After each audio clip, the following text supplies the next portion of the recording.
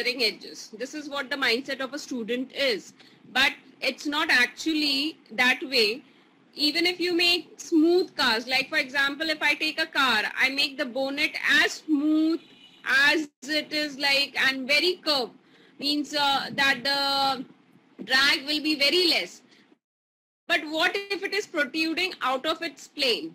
If I view from the top and if I make a very smooth curve of the bonnet, but if that curve is protruding out of its plane, so there are two things. One, it is going to block the vision, and second thing, though I have made it smooth, considering for the streamline flow around it, considering that it is curve shape, so drag will be less. But when I will consider the flow around it from the frontal section, that is the radiator grill bumper section, then over the bonnet, it will be acting as like a bluff body, right? Why? Because the flow of air will not be from the vertical upward direction on it. The flow of air will be from the frontal direction in a and flowing horizontally to it. So even if I am having the way the bonnet is, of the normal cars, they are different, like they are smooth enough. But if I try to make it an oval shape or a half body shape of the bonnet, so first thing, it is going to protrude out of its plane, right? Though when I will just consider only the bonnet, I will have a very reduced drag.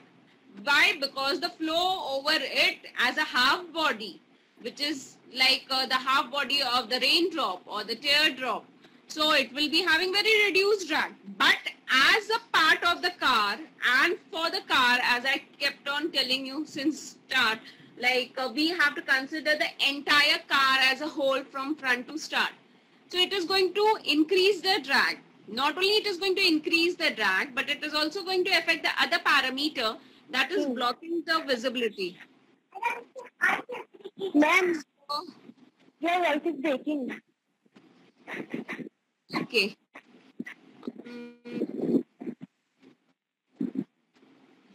So, am I audible now?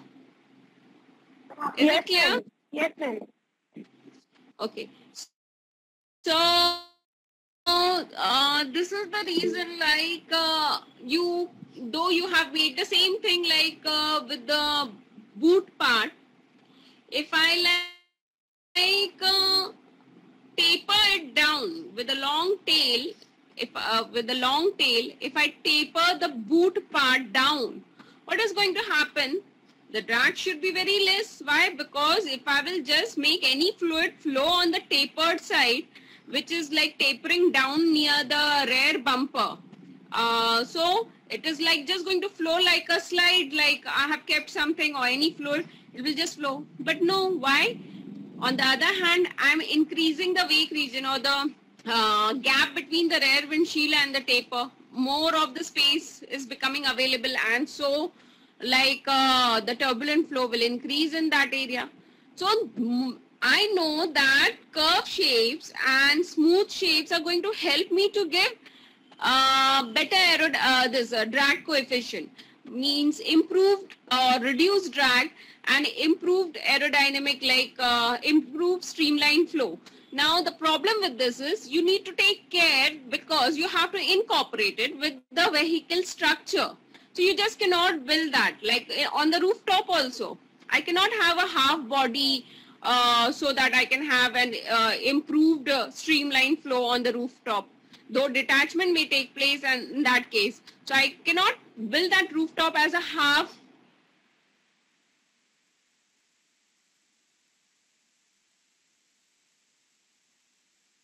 There might be certain network issues. Just let me check out.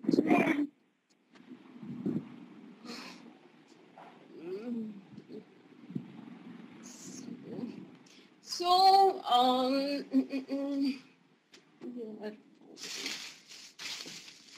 we got it finally.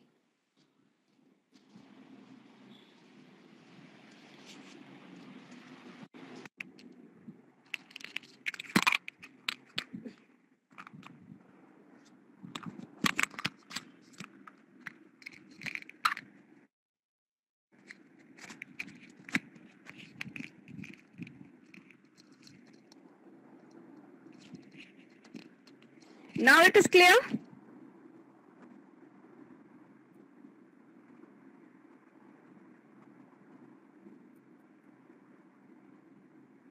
Yes, ma'am. Okay.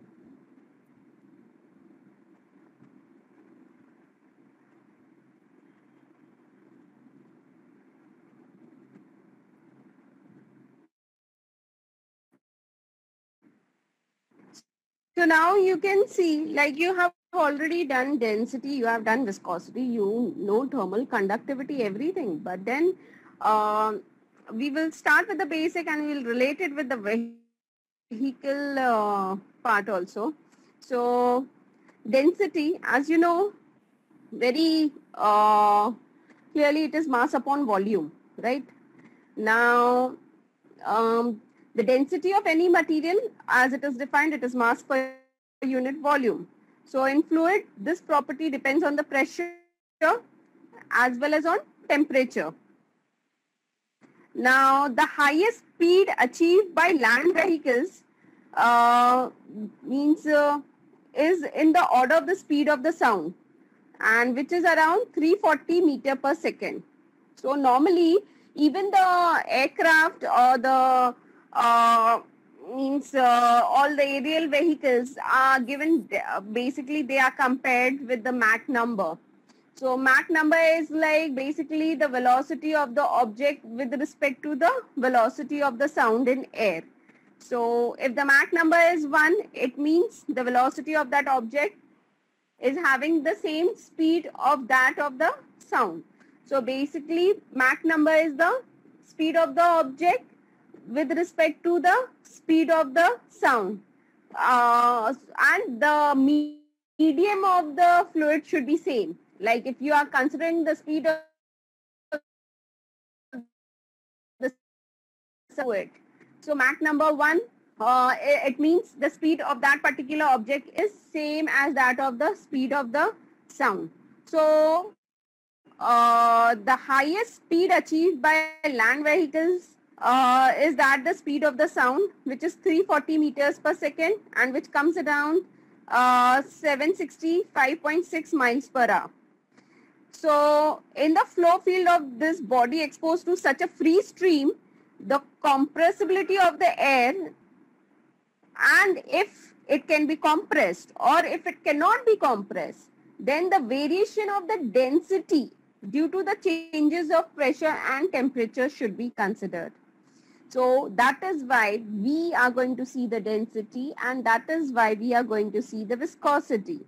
Why? Because density is mass upon volume. And if you consider pressure and density, they are inversely proportional or directly proportional? Yes? Density and pressure are inversely proportional or directly proportional?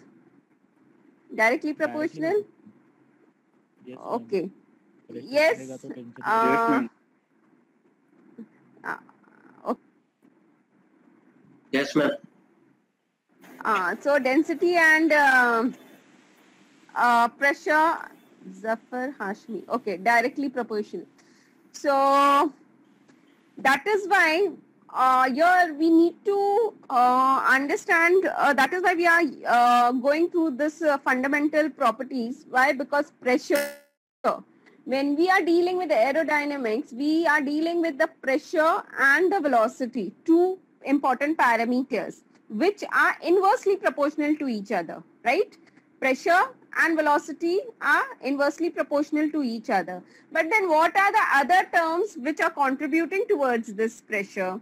Which are what are the other terms that are almost equal or less than the speed of the sound, and which means which are just lower than 1/3 of the speed of the sound. So for this speed means the speed which is either equal to the speed of the sound or which is 1/3 less than, means around 80% you can consider.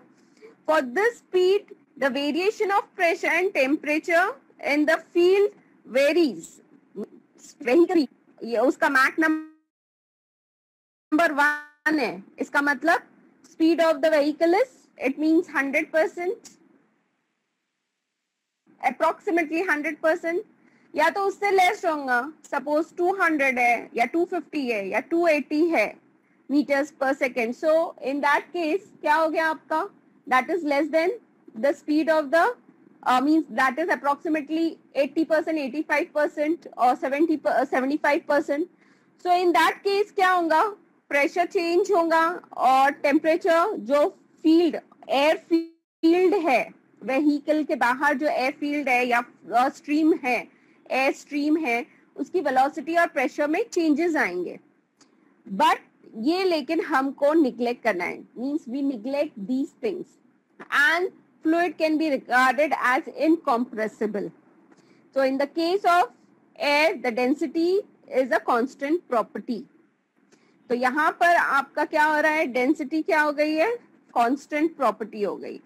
तो हमको यही ध्यान देना है कि जब हमारी vehicle with particularly ये स्पीड से या इसके 75% या 75% एंड अबव ये स्पीड से चलती है, that is the speed of the sound, तो वेरिएशन रहता है प्रेशर और टेम्परेचर में. जो एयर फ्लो हो रही है व्हीकल के अराउंड, तो उसमें टेम्परेचर और प्रेशर का वेरिएशन हो रहा है, लेकिन हमको ये निग्लेक्ट करना है. तो जब हम ये निग्लेक्ट करते हैं तो हमारी डेंसिटी जो है वो कांस्टेंट हो जाती है. Why? Because why we need to consider it? Because आप देखते हो स्पेशली जहाँ मडी एरियाज है, एक आपका मॉड्यूल भी है like dust and dust on the wheels and on the windshield and on the glasses, dust and noise करके, वो आपका 4th मॉड्यूल है, व्हीकल 5th मॉड्यूल है आई थिंक. तो उस केस में जैसे आपका एयर तो है, एयर की डेंसिटी फिक्स है, एयर का जो पर्टिकुलर रीजन या जहां पर भी गाड़ियां चल रही है स्पेस, और अगर वहां पर जहां रेसिंग ट्रैक जो है वो मडी है, तो उस केस में क्या होता है, पीछे की व्हीकल्स का विजन पूरा चला जाता है, पूरा चला जाता है. Why? Because it's not only air, but now it's the dust from that surface getting mixed into the air, and then there causes a difference of the flow of air pattern. क्योंकि as a pure air क्या flow हो रहा था ये आपको very first vehicle पे पता चलेगा, लेकिन उसके वजह से जो पीछे first vehicle जो पीछे एयर ब्लो हो रहा है बिकॉज ऑफ द डिफ्यूजर या बिकॉज ऑफ द स्पॉइलर, जो भी टर्बुलेंट फ्लो फर्स्ट गाड़ी के पीछे हो रहा है, वो क्या करती है, it creates a problem for the oncoming cars. So इस वजह से क्या होता है, जो फ्लो ऑफ एयर जो पीछे की गाड़ियों पे होता है, so now it's not the pure form of air, it is getting mix with the dust with in the mud and all. So depending upon कितना अमाउंट ऑफ एयर फ्लो हुआ है, कितना amount of dust particles mix हुआ है, so the vision becomes blur also, और sometime it is not totally not seen. So that is why you need to consider, and उस वजह से because of the dust particle getting mix with the air, आपका flow pattern भी change होता है. सो अगर आपके फर्स्ट कार पे flow of air around the vehicle starting में स्ट्रीमलाइन था बोनेट साइड पे या विंडशील्ड साइड पे, लेकिन ऑल ऑफ सडन वो ही फ्लो पैटर्न सेकंड कार के लिए सेम नहीं होता है. It might have become turbulent in the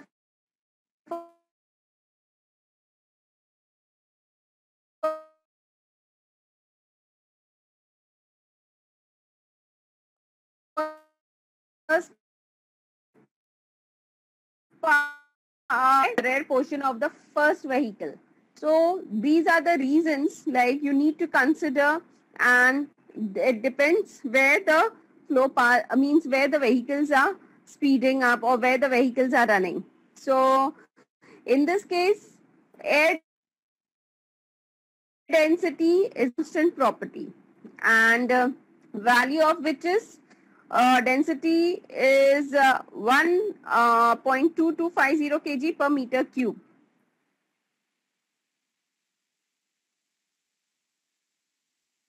Okay. Another thing, यहाँ पर आपने आपकी डेंसिटी तो कांस्टेंट हो गई क्योंकि आप वेरिएशन ऑफ प्रेशर और टेम्परेचर निग्लेक्ट कर रहे हैं. नाउ आपने बोला density is directly proportional to pressure, understood. But how temperature is related to density? आपने density is equal to mass upon volume बोला, ठीक है, तो आपने प्रेशर कहाँ डायरेक्टली प्रोपोर्शनल है, ठीक है, वो भी समझ में आता है कि आप मास कंसिडर कर रहे हैं, आप वॉल्यूम कंसिडर कर रहे हैं. But how temperature is related to density?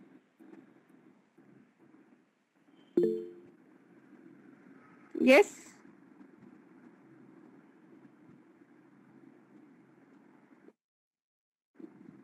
Anyone? How temperature is related to density? Inversely. Inverse proportion. Inversely proportional. How? But how? Like, if I increase PV the equal to temperature, MRT. okay. Ma'am, due to cohesive forces. हाँ, cohesive forces तो वो actually इसके वजह से है, means वहां पर viscosity आ जाता है. What I am telling is like what happens to the volume if I increase the temperature?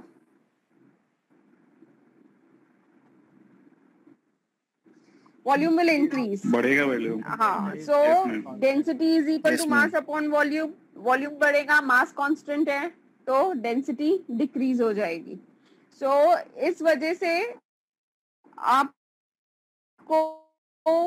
अभी क्वेश्चन आता है, क्या बाहर जो हवा फ्लो हो रही है उसका टेम्परेचर तो कांस्टेंट है, तो डेंसिटी कांस्टेंट हो गई.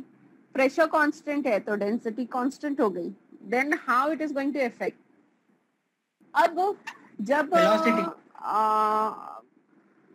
वेलोसिटी, ठीक है, वो तो हमने स्टार्टिंग में ही बोल दिया था कि pressure is inversely proportional to velocity. तो बेसिकली हमको प्रेशर पहले प्रेडिक्ट करना है, क्या प्रेशर सक्शन हो रहा है या प्रेशर रिलीज हो रहा है, because suction of the pressure will give you the down force and releasing of the pressure will give you the lift force, and where it is acting, that is also important. Like अगर आपका suction हो रहा है windshield और bonnet area पे, तो वहां पर क्या हो रहा है? It is creating the pressure on the surface, so on the surface down force. लेकिन अगर वहां पर suction होने की जगह पे pressure release हो रहा है, तो what is going to happen? It is going to give the lift force. So ये इसके लिए हमको प्रेशर पढ़ना है, and it depends upon the density.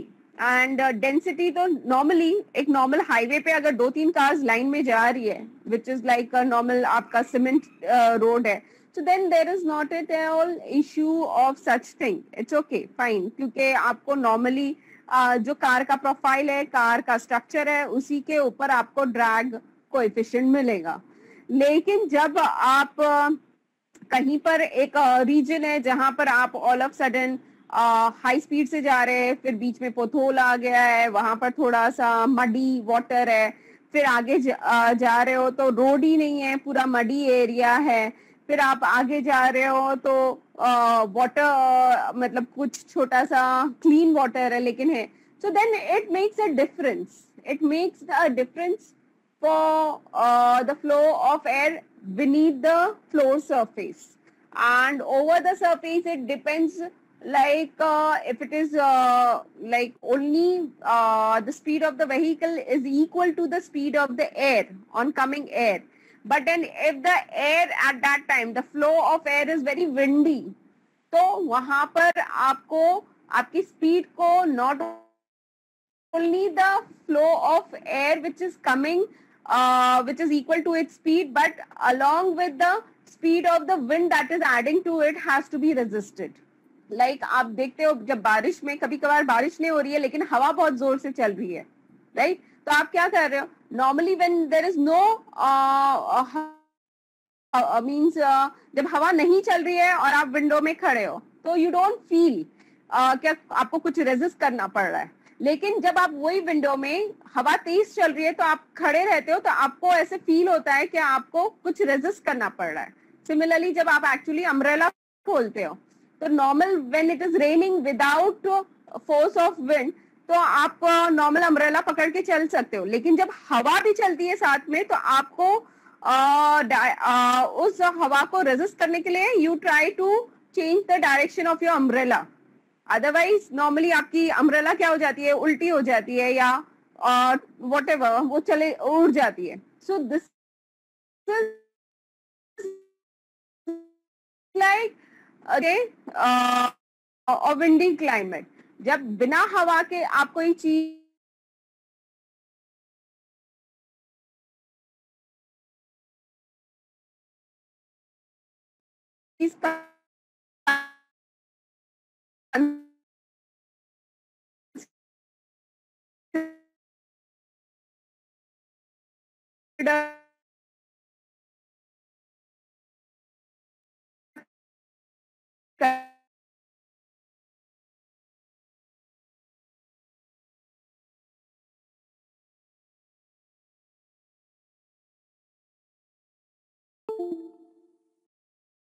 Density का. Now next is viscosity. तो आपने पढ़ा है viscosity, it is caused by the molecular friction between the fluid particles and it relates momentum flux to velocity gradient or applied stress to resulting strain rate. So Newton's law for the parallel flow to a wall, tau is equal to mu du by dy. क्या है unit इसका?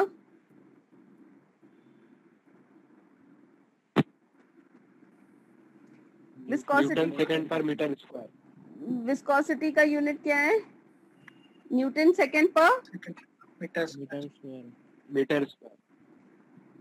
Newton second per metre square. Okay, so tau is equal to mu du by dy and mu is equal to mu by rho. mu is equal to mu by rho क्या हो गया आपका? Kinematic viscosity. So और shear stress is equal to mu du by dy. तो आपका जो du by dy है वो वेलोसिटी ग्रेडियंट है. Muniba, I think you are not in the network because I think everyone can hear, but there is always a problem on your side. You try to come in little bit in network.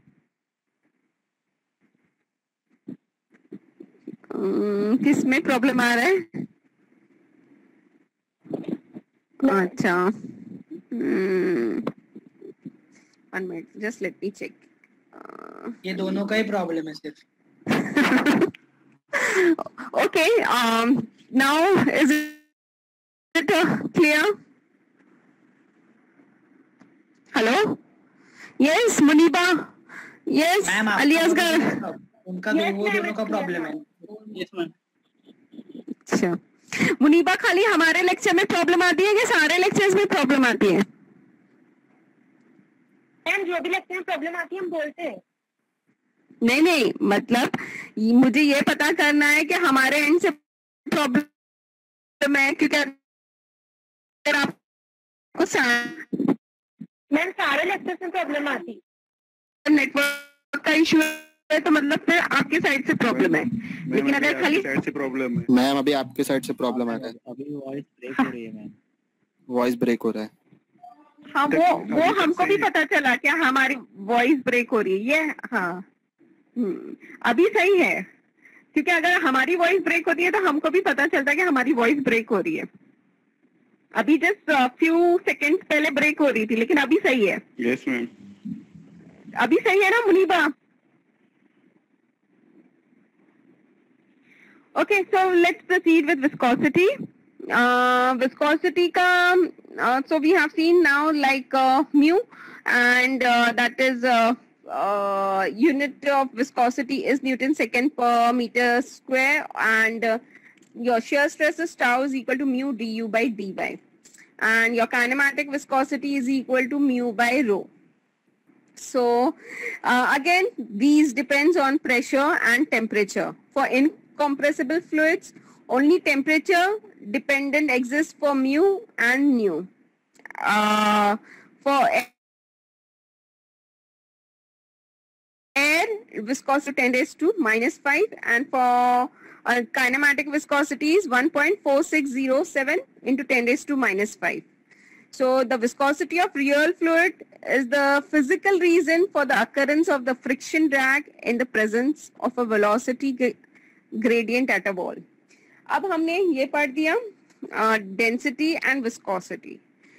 अब हम इसके बाद आगे बढ़ने के पहले ये दो चीजों को लेके why we need to study this and how it affects the profile.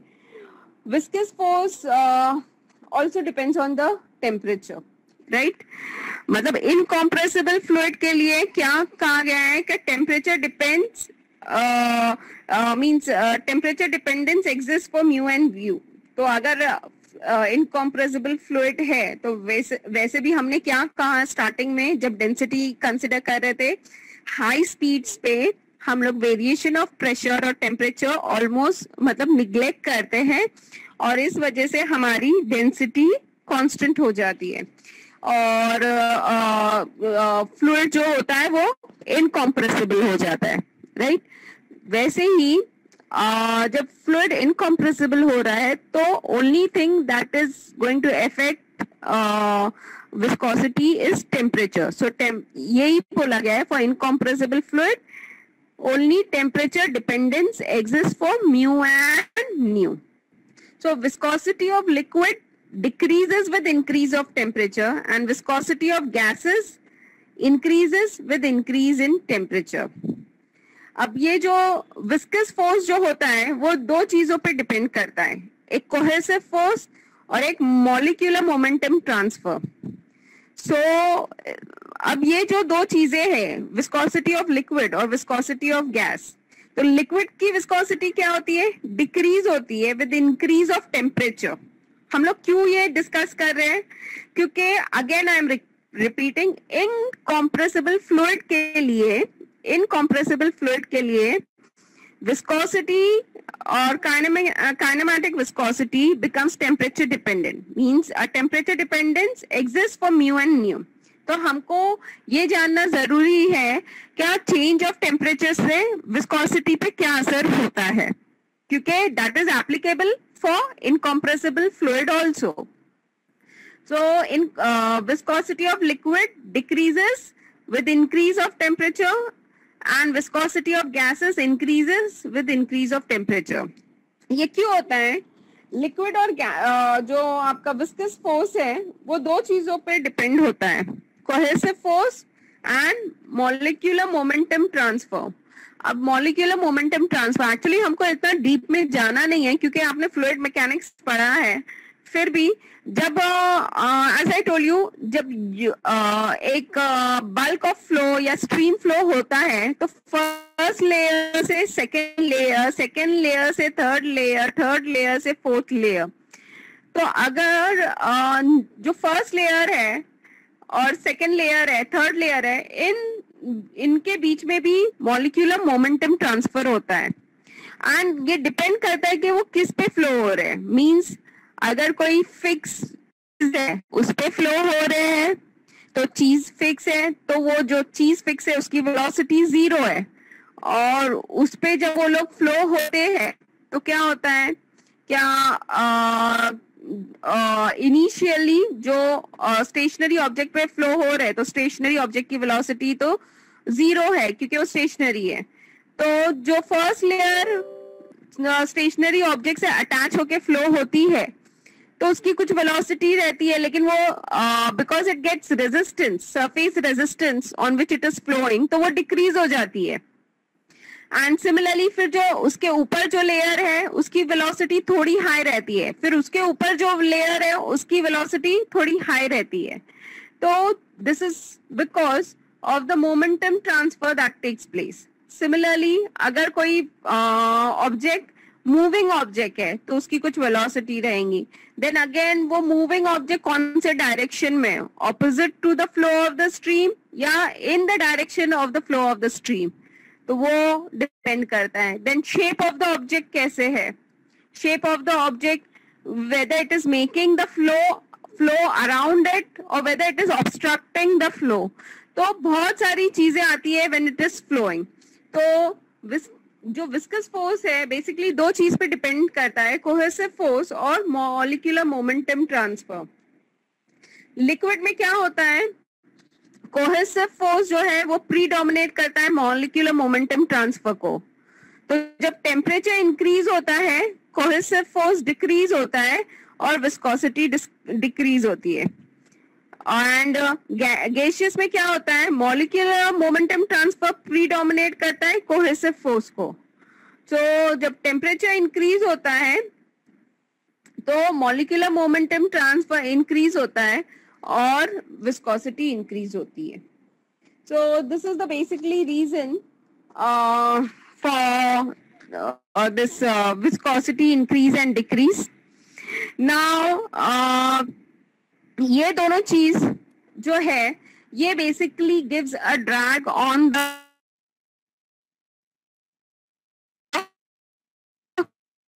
cars.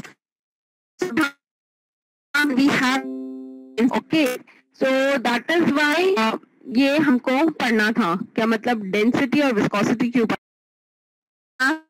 Density ma'am voice break हो रहा है. अभी आया. Hello. Yes ma'am. Yes ma'am. तो बेसिकली ये विस्कस ड्रैग और ये डेंसिटी ड्रैग है विच फॉर्म्स द प्रोफाइल. और ये कैसा है, मतलब अगर हम ब्लफ बॉडी लेते हैं या वर्टिकल प्लेट लेते हैं और वर्टिकल प्लेट के साइड में हम एक स्ट्रीम फ्लो देते हैं, एक वॉल्यूम ऑफ एयर फ्लो देते हैं, तो जब वर्टिकल बॉडी के वन साइड में यूनिफॉर्म फ्लो हो रहा है, और you can consider also bluff body, okay, because vertical body or bluff body means it is basically the obstruction, right?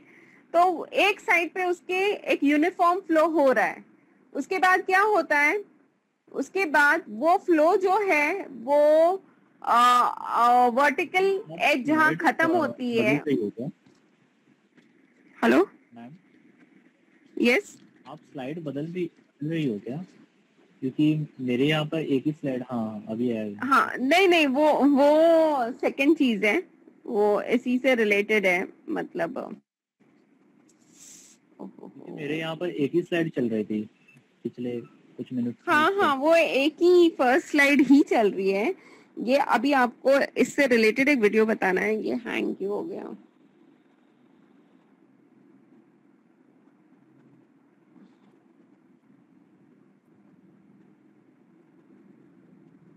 Okay तो बेसिकली एक ब्लफ बॉडी है और एक फ्लैट हॉरिजॉन्टल प्लेट है. तो जब हम ब्लफ बॉडी कंसिडर करेंगे वहां डेंसिटी कंसिडर करेंगे, और स्ट्रेट फ्लैट प्लेट कंसिडर करेंगे वहां विस्कोसिटी कंसिडर करेंगे. क्यों ऐसा है, क्योंकि जब हम ब्लफ बॉडी कंसिडर करते हैं तो उसके एक साइड फ्लो जो होता है वो डेंस फ्लो होता है, और उसके ऑपोजिट साइड जो फ्लो होता है वो फ्लो डेंस नहीं है, कम डेंसिटी का है, राइट? तो आप एक वर्टिकल प्लेट कंसिडर करो. जस्ट इमेजिन, बिकॉज ये थोड़ा स्लाइड हैंग हो गई है. एक वर्टिकल प्लेट इमेजिन करो जिसके एक साइड पे एक वॉल्यूम ऑफ एयर फ्लो हो रहा है, और जैसे ही वो प्लेट को टच करती है, जैसे ही वो पर्टिकुलर स्पीड से उसको स्ट्राइक करती है, उसके बाद क्या होता है, उसका फ्लो डाइवर्ज होने लगता है. उसका फ्लो पैटर्न कैसे डाइवर्ज होगा, एक तो टॉप एंड पे एक होगा और उसके बॉटम एंड पे, जहां प्लेट का टॉप एज है, जहां स्टार्ट हो रही है प्लेट, उसके ओवरफ्लो होगा और दूसरी साइड पे जाने लगेगा, और बॉटम एज जो है जहां प्लेट खत्म हो रही है वहां से फ्लो होके दूसरी साइड जाने लगेगा।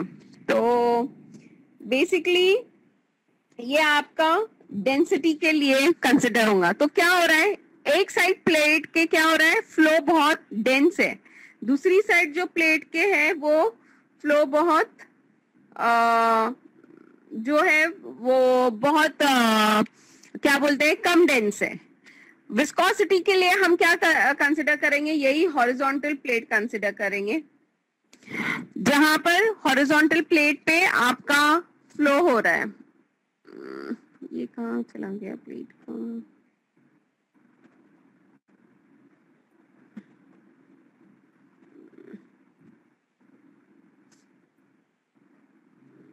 तो डेंसिटी के लिए और विस्कोसिटी के लिए हॉरिजॉन्टल प्लेट। यस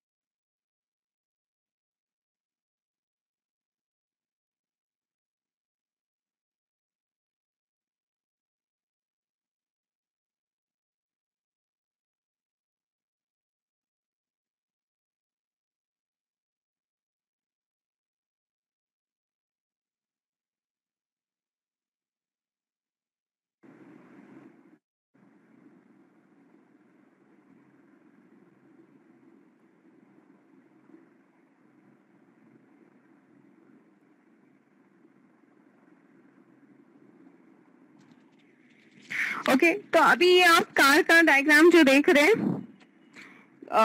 इसी में देख लो डेंसिटी के हिसाब से, अगर आप ये फ्रंटल एज लेते हो, आप फ्रंटल एज लेते हो तो इस पे जो फ्लो है यहाँ पर इस पोर्शन पे, फ्रंटल रेडिएटर पोर्शन पे डेंस रहेगा। अगर यहाँ पर हम कंसिडर करते हैं कि आगे कार नहीं है, वो पोर्शन वहीं पर खत्म हो रहा है, तो क्या होता था, वो जितनी वर्टिकल एज है उसके नीचे और उसके ऊपर से फ्लो होके ऑन द अदर साइड जाता, तो अदर साइड क्या होता, डेंसिटी कम होती। तो इस वजह से तो कार के ऊपर जहां पर भी ऐसे वर्टिकल शेप्स आएंगे वहां पर डेंसिटी ड्रैग होता है, और जहां पर भी हॉरिजॉन्टल सरफेसेस आते हैं वहां पर विस्कोसिटी ड्रैग होता है और विस्कस ड्रैग। तो अगर आप फ्रंट पोर्शन कार का लेते हो यहाँ पर ये वाला, तो ये हो गया डेंसिटी ड्रैग। आप बोनेट पे आओगे तो वो हॉरिजॉन्टल सरफेस हो गया, तो वो क्या हो गया, वो हो गया है विस्कस ड्रैग। फिर आप विंडशील्ड पे आते हो तो फिर हो जाता है डेंसिटी ड्रैग। फिर आप रूफटॉप पे आते हो तो फिर हो जाता है विस्कस ड्रैग। तो इस तरीके से कार के ओवर बॉडी, टॉप बॉडी पे, फ्रंटल पोर्शन से रूफटॉप एज पे आपको डेंसिटी और viscosity, drag due to density, viscosity और डेंसिटी विस्कोसिटी से आप कंसिडर करते हो। अब रेयर पे क्या होता है, रेयर पोर्शन पे अगेन रेयर विंडशील्ड, अगर आपकी कार नॉचबैक है तो रेयर विंडशील्ड पे क्या हो जाएगा, अगेन डेंसिटी, और बूट पे क्या हो जाएगा अगेन विस्कोसिटी। लेकिन रेयर पोर्शन का इशू भी ये है कि वहां पर फ्लो जो है उसका पैटर्न अलग है। तो नॉर्मली अगर फ्रंट रेडिएटर पोर्शन से अगर हम कंसिडर करते हैं तो रूफटॉप के एज तक हम कंसिडर करते हैं, लास्ट लीडिंग एज से ट्रेलिंग एज तक जहां पर रूफटॉप एंड हो जाता है वहां तक आप ये कार के पोर्शन को डिवाइड कर सकते हो दो इसमें, density drag and viscosity drag. तो फ्रंट पोर्शन क्या हो गया, डेंसिटी ड्रैग, बोनेट क्या हो गया, विस्कोसिटी, विंडशील्ड क्या हो गया, डेंसिटी। क्यों हम ऐसा बोल रहे हो, क्योंकि फ्रंट पोर्शन जो रेडिएटर पोर्शन क्या है वो वर्टिकल एक्ट हो रहा है, बोनेट क्या हो रहा है, हॉरिजॉन्टल एक्ट हो रहा है, विंडशील्ड क्या हो रहा है, वर्टिकल एक्ट हो रहा है, रूफटॉप क्या हो रहा है, हॉरिजॉन्टल एक्ट हो रहा है। और रेयर में अगर आपका हैचबैक है तो वहीं पर खत्म हो जाती है कार आपकी, क्योंकि वो फिर स्क्वायर एंड या हैचबैक एंड वहीं पर, जैसे आपकी वैगनआर है तो वहां पर खत्म, मतलब आगे तो ना बूट आता है, बस रूफटॉप खत्म हो गया, वहां पर एज भी खत्म हो गई है। अगर आपकी नॉच बैक है तो फिर अगेन आप कंसिडर कर सकते हो rear windshield as viscous flow और rear windshield as density drag, और बूट पार्ट जो है वो विस्कस ड्रैग का पार्ट होगा। लेकिन वहां पर फ्लो पैटर्न जो है वो अलग रहता है। इसके लिए हम लोग फिलहाल तो रूफटॉप एज तक कंसिडर करेंगे। ओके, तो फ्रंटल पोर्शन से रूफटॉप तक ऑलमोस्ट कॉमन है सारे कार स्टाइल के लिए, एक्सेप्ट फॉर दिस इको या वैन स्टाइल जो टैक्सीज रहती है, या इको जो है ओमनी। अच्छा मैम, ये जो रेयर पार्ट रहता है तो उसमें ज्यादा डिफरेंस रहता है ना मैम जी ट्रैक का? तो अभी फिलहाल हम लोग जो बात कर रहे हैं वो फ्रंटल पोर्शन से, फ्रंट बम्पर रेडिएटर से तो गाड़ी के रूफटॉप रेयर एंड तक है। रूफटॉप का फ्रंट लीडिंग एज और रूफटॉप का रेयर एंड या ट्रेलिंग एज वहां तक, वो तो सबके लिए कॉमन है फ्रंटल पोर्शन। फिर आपकी स्क्वायर बैक है या नॉच बैक है या हैच बैक है, सिर्फ जो इको या ओमनी स्टाइल का टैक्सीज या कार्स है उनके लिए अलग है। बाकी आपकी आप इनोवा ले लो, आपकी एसयूवीज ले लो, ये पोर्शन सभी के लिए कॉमन है, राइट। फ्रंट है आपका और आपका मतलब विंडशील्ड है, रूफटॉप है। रेयर पोर्शन आपके व्हीकल के स्टाइल के साथ वेरी होता है, राइट। तो इसलिए आप फ्रंट बम्पर से लेके रूफटॉप के रेयर एंड तक आप विस्कोसिटी ड्रैग और डेंसिटी ड्रैग में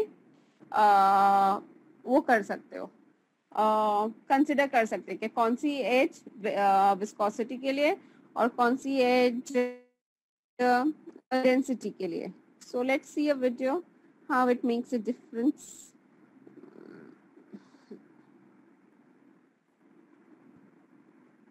अभी हम रेयर एंड के लिए कुछ भी बात नहीं कर रहे ना, वो जहाँ पर वेक नहीं ये होता है वो कुछ भी नहीं बात नहीं कर वहां रहे। पर नहीं, वहां पर कोई बात नहीं कर रहे।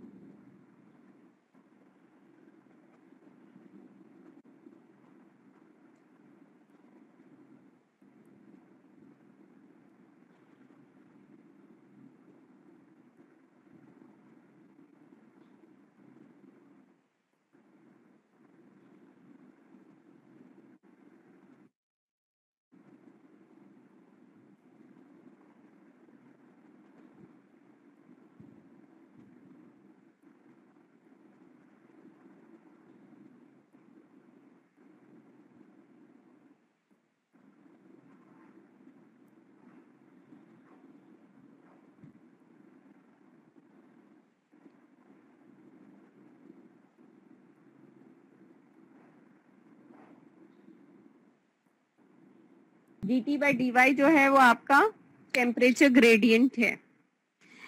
अब नेगेटिव साइन, तो नेगेटिव साइन जस्ट बिकॉज आपका हीट फ्लक्स पॉजिटिव है, direction of negative temperature gradient, और नेगेटिव है पॉजिटिव टेम्परेचर ग्रेडियंट। तो बेसिकली ये आपने किया है, फ्लूइड मैकेनिक्स में भी किया है, HMT में भी किया है। इक्वेशन सेम है, Q is equal to K dt by dy। आपने FEA में भी किया होगा। तो ये वेटेड रेसिडुअल मेथड में, ये रेली-रिट्ज मेथड से ये डिराइव करना रहता है, Q is equal to K dt by dy। तो minus sign is basically for the direction जो हीट फ्लक्स और टेम्परेचर ग्रेडियंट का है, क्या वो ऑपोजिट डायरेक्शन में है इसके लिए। तो negative temperature gradient means heat flux is positive. तो इन जनरल इसकी वैल्यू डिपेंड्स करती है, मतलब K की वैल्यू डिपेंड करती है टेम्परेचर पे, और एयर का स्टैंडर्ड एटमॉस्फेयर वैल्यू इज 0.0253। इसका यूनिट क्या होता है? थर्मल कंडक्टिविटी का यूनिट क्या है? Watt per metre kelvin. Watt per metre kelvin. Yes, watt per meter Kelvin. So these were the basic three properties. अब हमको ये थर्मल कंडक्टिविटी क्यों पढ़ना था? क्योंकि जब हम इंजन कूलिंग सिस्टम पढ़ेंगे और flow of air through the engine compartment, मतलब passenger compartment, heating and ventilation of passenger compartment और इंजन कंपार्टमेंट करेंगे, तो तब हमारा ये थर्मल कंडक्टिविटी कंसिडर किया जाएगा। क्या how much amount of heat is getting exchanged between the air which is flowing around the engine and how much heat is being dissipated by the engine. So it will be considered in the cooling system. So now we'll come to the next point, that is the flow phenomena related to vehicle. That is internal flow, then we have the internal flow, and then we have external flow problems, and we have internal flow problems. So first and foremost, flow phenomena related to vehicles. So there are two flows that is related to the vehicle, that is external flow and internal flow. So you can see in the diagram the external flow which is being shown, where you can see the external flow around a vehicle, and in still air the undistributed velocity or the mainstream velocity is V infinity, and it is provided that no flow separation takes place. मतलब ये अभी तक हम लोग separation वाला नहीं consider कर रहे हैं, यहाँ पर हम सिर्फ ये देख रहे हैं क्या फ्रंट से एयर फ्लो हो रहा है, तो आप देख रहे हो पीछे तक एयर फ्लो हो रहा है। हम लोग ने यहाँ पर कोई भी एयर फ्लो सेपरेशन कंसिडर नहीं किया है, और पीछे थोड़ा सा टर्बुलेंट फ्लो हमने कंसिडर किया है। अभी हमको सिर्फ फ्लो पढ़ना है। हम लोग जब नेक्स्ट लेक्चर में, नॉट टुमारो, जब नेक्स्ट मॉड्यूल स्टार्ट करेंगे एरोडायनेमिक ड्रैग, तो पहले तो हमको पूरा फ्लो अराउंड द व्हीकल पढ़ना पड़ेगा, और फिर जो कल हम लोग सेपरेशन पढ़ते हैं, क्या फ्लो सेपरेशन कैसे होता है, वो फिर उससे रिलेट करना पड़ेगा कि कैसे सेपरेशन होता है। बाउंड्री लेयर थिकनेस पढ़ना पड़ेगा उसमें। यहाँ पर भी आप देख सकते हो डेल बाउंड्री लेयर थिकनेस है। So basically in still air the undisturbed velocity V infinity is the speed of the car, and then no flow separation takes place. The viscous effect in the fluid are restricted to the thin layer up till few millimeter thickness, and that is called the boundary layer. Beyond this layer the flow is inviscid and its pressure is imposed on the boundary layer. Within the boundary layer, the velocity decreases from the value of the inviscid external flow and the outer edge of the boundary layer to the zero at the wall.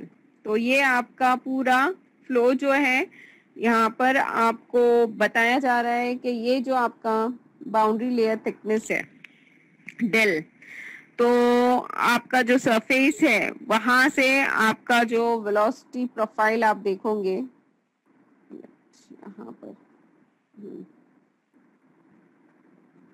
So this is basically आप देख सकते हो over the length of the car. Okay, तो ये आपका velocity profile है। Free stream velocity होता है, फिर आपका लैमिनार फ्लो है और फिर आपका टर्बुलेंट फ्लो है। तो over the length of the car you can see क्या with the maximum velocity v infinity, when the car when the this mainstream velocity v infinity hits at the front of the vehicle, where you can see the straight line here is the stagnation point where pressure is maximum and velocity is minimum. Then slowly, because the mainstream velocity or the mainstream flow is continuous, so because of that the flow which has taken place over the bonnet, slowly the velocity gradually increases, and this is how your velocity becomes from 0 to v max, right? ये हम क्यों ऐसा बोल रहे हैं, क्योंकि आपने fluid mechanics में पढ़ा है कि जब एक volume of fluid with particular speed hit करती है प्लेट को, तो जब वो प्लेट से टकराती है तो उसकी speed on the surface which or the layer of the fluid which is next to the surface is 0. फिर उसके ऊपर वो थोड़ा बढ़ जाता है, उसके ऊपर थोड़ी बढ़ जाती है till maximum, जहां पर उसकी speed becomes main stream velocity. तो आप देखोगे ये जो बाउंड्री लेयर थिकनेस है, यहाँ पर आप देख रहे हो यहाँ पर 0 है और फिर आगे जाके वो ऊपर मैक्सिमम है। So here you can see this is the pattern, free stream, this is time average, velocity profile, you can see laminar flow के लिए, you can see turbulent flow के लिए। तो ये इसमें क्या होता है कि बाउंड्री पे आपकी वेलोसिटी 0 है और स्लोली मतलब मींस फ्लो सेपरेशन नहीं हो रहा है और viscous effect are restricted to a thin layer। तो विस्कोसिटी के ऊपर ऑफ मींस जो टोटल ये जो है आपका बाउंड्री लेयर थिकनेस डेल, ये वेलोसिटी के ऊपर डिपेंड करता है। क्या वेलोसिटी है, क्योंकि एयर का डेंसिटी तो फिक्स है, तो बचा क्या वेरिएबल पैरामीटर क्या बचा है, that is the speed of the vehicle. तो स्पीड ऑफ द व्हीकल पे डिपेंड करता है कि मोमेंटम ट्रांसफर क्या हो रहा है। तो यहाँ पर आप जो बाउंड्री थिकनेस देख रहे हो, तो फ्लो ऑफ एयर आया, हिट किया, यहाँ पर स्टैग्नेशन पॉइंट हो रहा है, फिर स्लोली जो ये डॉटेड लाइन दिख रही है आपको, ये डॉटेड लाइन एक लेयर है फ्लूइड की, और यही लेयर पे पीछे से जो main stream velocity main stream fluid वो आती है, इसको ऐड करती है और यहाँ पर आपका ये देख रहे हैं कि बाउंड्री लेयर थिकनेस फॉर्म हो गया है। तो यहाँ पर no flow separation takes place and viscous effect in the fluid are restricted to a thin layer and it is till certain millimetres, and इसको बाउंड्री लेयर बोलते हैं। So beyond this layer the flow is inviscid and its pressure is imposed on the boundary layer। तो अब यहाँ पर हमारे बोलने का मतलब क्या है कि ये जो बाउंड्री लेयर थिकनेस फॉर्म हुई है, तो ये जितनी थिकनेस है उस थिकनेस तक विस्कोसिटी कंसिडर की जाती है। ओके, उसके बाद जब वो फ्लो जब मेन स्ट्रीम फ्लो तक होता है, जहां पर बाउंड्री लेयर थिकनेस आपका खत्म हो गया है, जितना डिस्टेंस है वो खत्म हो गया है, उसके बाद जब फ्लो की वेलोसिटी मेन स्ट्रीम फ्लो के इक्विवेलेंट हो जाती है, तो वहां पर आपका विस्कोसिटी का पैरामीटर खत्म हो जाता है। The flow becomes inviscid and it's pressure is impose on the boundary layer. तो जो बाउंड्री लेयर फॉर्म हुआ है वहां पर प्रेशर इम्पोज हो जाता है। तो within the boundary layer the velocity decreases from the value of inviscid external flow at the outer edge. तो यहाँ पर क्या बताया जा रहा है कि यहाँ पर आपका 0 से मेन स्ट्रीम वेलोसिटी के इक्विवेलेंट तक आपकी बाउंड्री लेयर थिकनेस फॉर्म होती है and that is certain millimetres. और उसके बाद वो जब मेन स्ट्रीम वेलोसिटी फॉर्म होती है उसके बाद the flow becomes inviscid and the velocity decreases from the value of inviscid external flow at the outer edge of the boundary layer to 0 at the wall. तो वही मतलब अगर आप outer edge ऊपर से नीचे देखोगे तो velocity decrease हो रही है, ऊपर maximum है और कार के सरफेस पे आए तक वो क्या हो रही है, 0 हो रही है. अगर ऊपर से नीचे देखेंगे तो, नीचे से ऊपर देखोगे तो क्या हो रहा है, कार के सरफेस से 0 होते हुए ऊपर जा रही है तो मैक्सिमम हो रही है. तो where the fluid fulfills a non-slip condition, when the flow separates at the rear part of the vehicle, the boundary layer is dispersed. अब ये बाउंड्री लेयर जो है ये एंटायर यहाँ से जो स्टार्ट हो गया है बोनेट पे, तो ये आपके रूफटॉप पे भी रहता है और at the edge rear end पे, रेयर पार्ट पे यहाँ पर आपका बाउंड्री लेयर सेपरेशन स्टार्ट हो जाता है. And the flow is entirely governed bye viscous effect. तो यहाँ पर जहाँ आपका बाउंड्री लेयर सेपरेशन स्टार्ट हो जाता है तो फ्लूइड की विस्कोसिटी बहुत इंपॉर्टेंट रोल प्ले करती है because the entire effect is of the viscosity.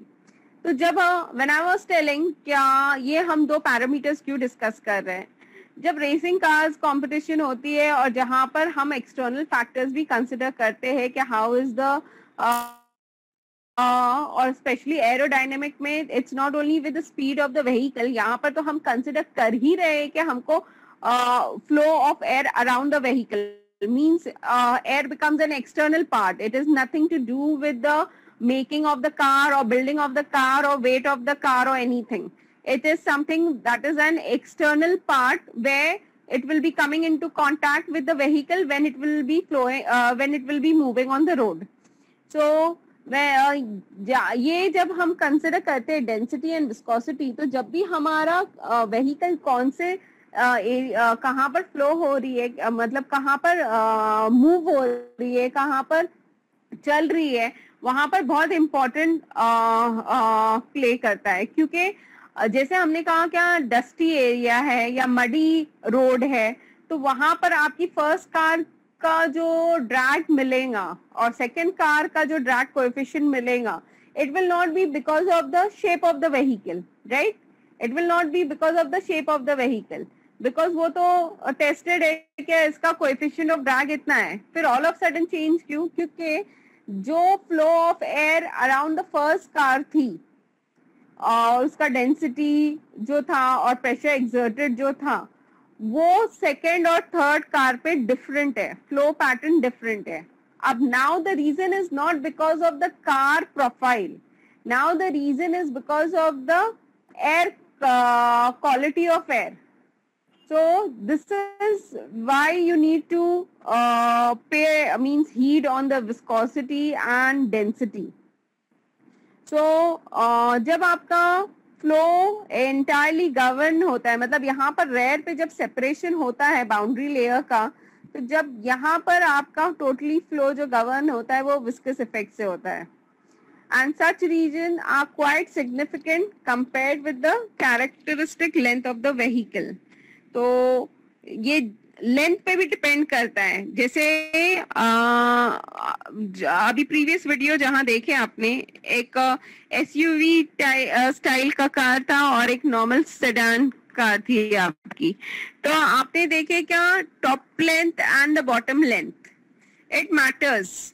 क्योंकि आपके जो नॉर्मल सेडान कार है तो आपका जो व्हील बेस एरिया है नीचे का और आपका रूफटॉप एरिया है, तो कितना एयर पैरेलल फ्लो हो रही है ऊपर नीचे.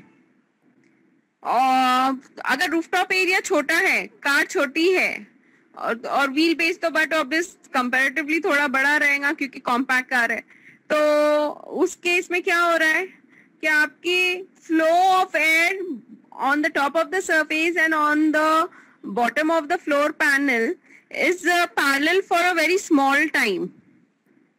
And balancing, जो balancing बोलते हैं, वो बहुत कम टाइम के लिए आकर होता है. On the other hand, it also depends कि आपका नीचे का फ्लोर डिजाइन भी कैसे है, क्योंकि आपका रूफटॉप के ऊपर तो कुछ नहीं है, कुछ डिजाइन नहीं है. Air is free to flow. That is by the road surface, right? तो जब बॉटम पैनल के नीचे एयर फ्लो हो रही है, तो एक तो बॉटम पैनल के नीचे क्या पूरा प्लेन प्लेट लगाया हुआ है या कंपोनेंट्स ओपन है. कंपोनेंट्स ओपन है तो उनका शेप कैसा है, और फिर नीचे ग्राउंड क्लियरेंस कितना है, वो सब इम्पोर्टेंट रखता है. क्योंकि अगर ग्राउंड क्लियरेंस कम है तो क्या हो रहा है, air is getting restricted. The flow of fluid in that particular region is getting restricted because gap कम है और components भी open surfaces है. तो volume of air, that much volume of air needs to be balanced or needs to flow fast and needs to leave. Otherwise क्या हो जाएगा, अगर lift force बढ़ता है उस सेक्शन में, क्या होता है, अगर volume accumulate होता है, ओके, वॉल्यूम एक्यूमुलेट होता है और ऊपर के सरफेस पे जो एयर फ्लो हो रहा है, if it is not getting balance with respect to other factors also, जैसे वेट ऑफ द व्हीकल हो गया, weight of the passengers sitting हो गया and speed of the vehicle हो गई, और तो अगर वो बैलेंस नहीं कर पा रहा है तो क्या हो जाएंगी, आपकी कार टॉपल हो जाएंगी. क्यों? क्योंकि नीचे जो है वॉल्यूम ऑफ एयर एक्यूमुलेट हो गया या फ्लो ऑफ एयर जो है वो एक्यूमुलेट हो गई, it's not able to leave faster and pressure increase हो गया, तो आपका डाउन फोर्स होने की जगह पे लिफ्ट फोर्स हो गया और उसके वजह से आपकी कार पलट गई, टॉपल हो गई. So there are other factors also which needs to be considered on the flow of air. यहाँ पर तो अभी फिलहाल हम लोग रूफटॉप से रिलेटेड बात कर रहे हैं.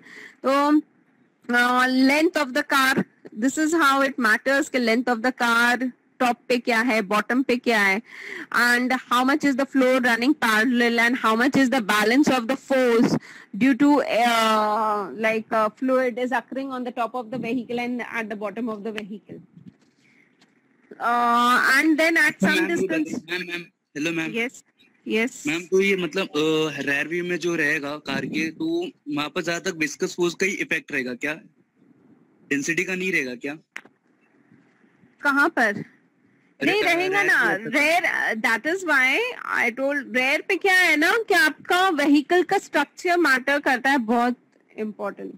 डेंसिटी तो रहनी ही है ना, फ्लो ऑफ एयर तो रहेगा ही, लेकिन अगर सपोज आपका हैचबैक है तो आपका सेपरेशन रूफटॉप पे खत्म हो गया तो आपको कुछ मतलब है ही नहीं. मतलब अगर आप वैगनआर लेते हो तो क्या हो जाएगा, रूफटॉप की एंड जहां पर होती है, रूफटॉप का एज जहां पर खत्म होता है, वहां पर आपका फ्लो खत्म हो गया, तो हॉरिजॉन्टल सरफेस कुछ एग्जिस्ट ही नहीं करता है. अभी जो भी है रूफटॉप से डायरेक्ट वर्टिकल सरफेस आ गया वैगनआर में, राइट? जहां पर रूफटॉप खत्म हो गया वहां पर आपका रेयर विंडशील्ड आ गया और वहीं से नीचे का पैनल और बम्पर आ गया, इन अ वर्टिकल प्लेन आ गया, तो वहां पर प्रेशर एक्सर्ट करने के लिए कोई हॉरिजॉन्टल सरफेस ही नहीं है, तो वहां पर आपका फ्लो खत्म हो गया और मतलब व्हीकल मूव हो गई अहेड, और वहां पर वेक रीजन जो है मतलब ज्यादा टाइम के लिए रहेगा भी नहीं, मतलब पूरा एंटायर जोन ओपन हो गया एयर फ्लो के लिए. क्या हो गया, जैसे नीचे से भी एयर फ्लो आया, ऊपर से भी रूफटॉप से भी एयर फ्लो आया, लेकिन ज्यादा फ्लो ऑफ एयर फॉर्म नहीं होगा वहां पर, ज्यादा वेक रीजन फॉर्म नहीं होगा, क्योंकि उतना सरफेस है ही नहीं आगे गाड़ी का, और वो गाड़ी आगे मूव हो गई है. तो इसके लिए रेयर केस और bottom case I did not take. Why? It because we need to study that further before considering it. अगर हम नॉच बैक लेंगे तो नॉच बैक में क्या हो जाएगा, पूरा टर्बुलेंट फ्लो है वहां पर रूफटॉप से रेड. अब नॉच बैक में भी अगेन डिपेंड करता है, अगर एक तो हैचबैक का जो है ड्रैग कोएफिशिएंट कम रहता है, रीजन आई टोल्ड यू, क्योंकि जैसे डिटैचमेंट होता है, बाउंड्री लेयर थिकनेस जैसे डिटैच हो जाती है, वैसे टर्बुलेंट फ्लो और वेक फॉर्म होता है। लेकिन वो टर्बुलेंट फ्लो और वेक फॉर्म होकर बॉडी, कार व्हीकल बॉडी पे एक्ट करने के लिए कोई सरफेस बचा नहीं है, समझे? आगे कोई सरफेस ही नहीं है, वहां पर डिटैच हो गया, वेक फॉर्म हो गया, लेकिन कोई हॉरिजॉन्टल सरफेस या कोई कार का कोई कंपोनेंट ही नहीं है जिसपे वो एक्ट करे, प्रेशर डाले या टर्बुलेंस क्रिएट करे। कार का एंड हो गया है, वो एज खत्म हो गई है कार की। अभी नॉच बैक, फास्ट बैक में क्या है? फास्ट बैक में आपका रूफटॉप जो है और जो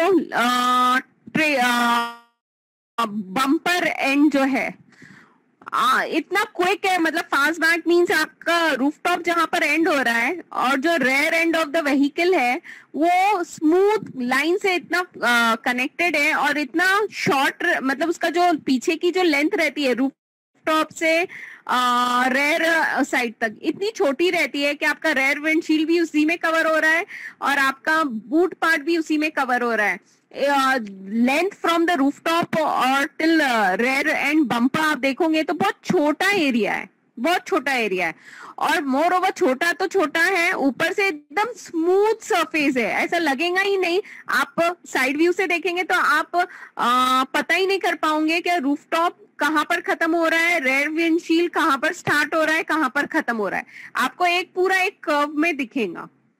तो इस केस में क्या होता है, वेक रीजन फॉर्म होता है, गाड़ी पे एक्ट करता है। क्यों एक्ट करता है? वेक फॉर्म होता है और गाड़ी पे एक्ट करता है क्योंकि there is a small amount of portion of the vehicle which is giving to which means that is subjected to wake। तो वेक फॉर्म हो रहा है, लेकिन वो वेक भी इतना छोटा फॉर्म होता है क्योंकि उतना रूम नहीं है, गाड़ी के पीछे उतना रूम नहीं है टर्बुलेंट फ्लो के लिए। एक पूरा कर्व एक प्लेन में they are trying to cover that entire part into one plane, ताकि टर्बुलेंट फ्लो को उतना रूम ना मिले वेक फॉर्म करने के लिए, वेक रीजन फॉर्म करने के लिए और उतना प्रेशर एक्सर्ट करने के लिए। तो क्या हो रहा है, वेक फॉर्म होता है, that is for very small portion which is at very rear end, बहुत पीछे होता है, और उसका इफेक्ट जो होता है वो इतना ड्रास्टिक मींस इतना बड़ा नहीं रहता है जितना नॉच बैक के लिए। नॉच बैक में क्या होता है, आप इजीली पता कर सकते हो कि ये आपका रेयर एंड है, रूफटॉप का रेयर एंड है, और रूफटॉप के रेयर एंड से यहाँ पर विंडशील्ड है और अच्छी खासी ट्रंक है पीछे। तो वेक जो फॉर्म होता है काफी अच्छा रीजन मिलता है क्योंकि काफी स्पेस मिलता है। If I will try to draw a parallelopipe or if I will try to cover the region of this rooftop का edge, और वहां से मैं अगर एक स्ट्रेट लाइन बनाऊं, रूफटॉप का जो रेयर एंड है वहां से एक मैं स्ट्रेट लाइन बनाऊं और बम्पर से मैं वर्टिकल एंड बनाऊं, तो I will get a nice triangle area जहां पर वेक फॉर्म होता है। Means there is sufficient space for turbulent flow to take place, and that is why sufficient amount of wake is formed in that particular region। तो उस वजह से drag coefficient ज्यादा है क्योंकि वहां पर टर्बुलेंट फ्लो हो रहा है, डिटैचमेंट हो रहा है, and it is affecting on means it is having an influence and effect on the vehicle, on the rear portion of the car. और ड्रैग तो ऐसा ही नहीं है कि खाली आप फ्रंट कंसिडर करके कैलकुलेट कर रहे हो, आप फ्रंट टू एंड पूरा कैलकुलेशन करके कर रहे हो। So that is the difference between what we say rare structure. This is how rare structure plays an important role. और वहां पर इसके लिए जब फ्लूइड फ्री स्ट्रीम वेलोसिटी हो जाती है तो फिर विस्कोसिटी प्लेज एन रोल। इसके लिए तो जो अभी वीडियो बताया था उसमें आई वांटेड टू हाईलाइट कि विस्कस ड्रैग और प्रेशर ड्रैग कैसे प्ले करते हैं।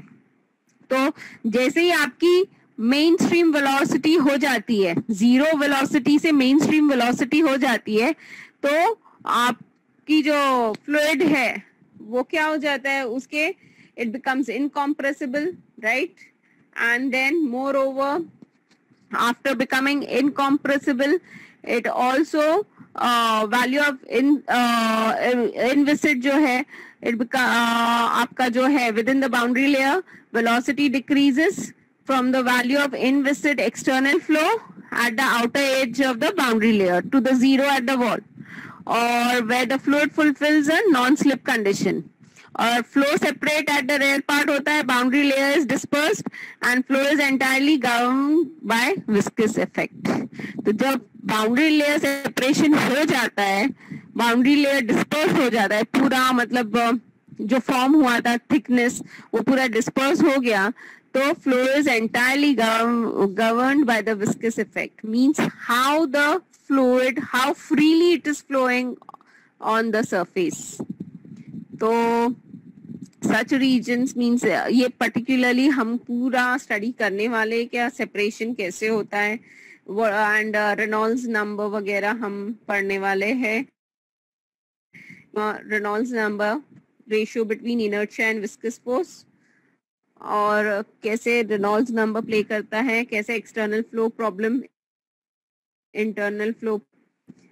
आई wanted to cover till internal flow. Should I continue? Yes? No ma'am. Should I continue? It's almost like only 5 minutes are left. Huh? It will it will take 1 more hour. I just want to cover external and internal flow. तो आज हमारा इतना हो जाता था, और फिर और उनके प्रॉब्लम्स एक्सटर्नल, फिर रेजिस्टेंस टू व्हीकल मोशन वगैरह करना है हमको. वो I was thinking I will do it tomorrow, and I was about to complete the engine cooling system, performance engine cooling system. तो हमारा फर्स्ट मॉड्यूल कंप्लीट हो जाता था. Ma'am next time please PC पे सिखाइए ना प्लीज. वो ना मोबाइल पे पीसी आप हाईलाइट एक्चुअली द प्रॉब्लम नहीं, हाँ ना the problem is actually my laptop keyboard is not working, and so that typing and all becomes issue. So I have to wait till it the last line of my keyboard is not working. When I am there in the college means when I am there in the college, so I just attach the keyboard and I just work on it. But then here at home, connect another laptop is there, but then that is having another issue. So that is why actually I take on this mobile only to show video. So it will become much more clear through videos rather than me explaining the entire theory. So I will try next time on PC, because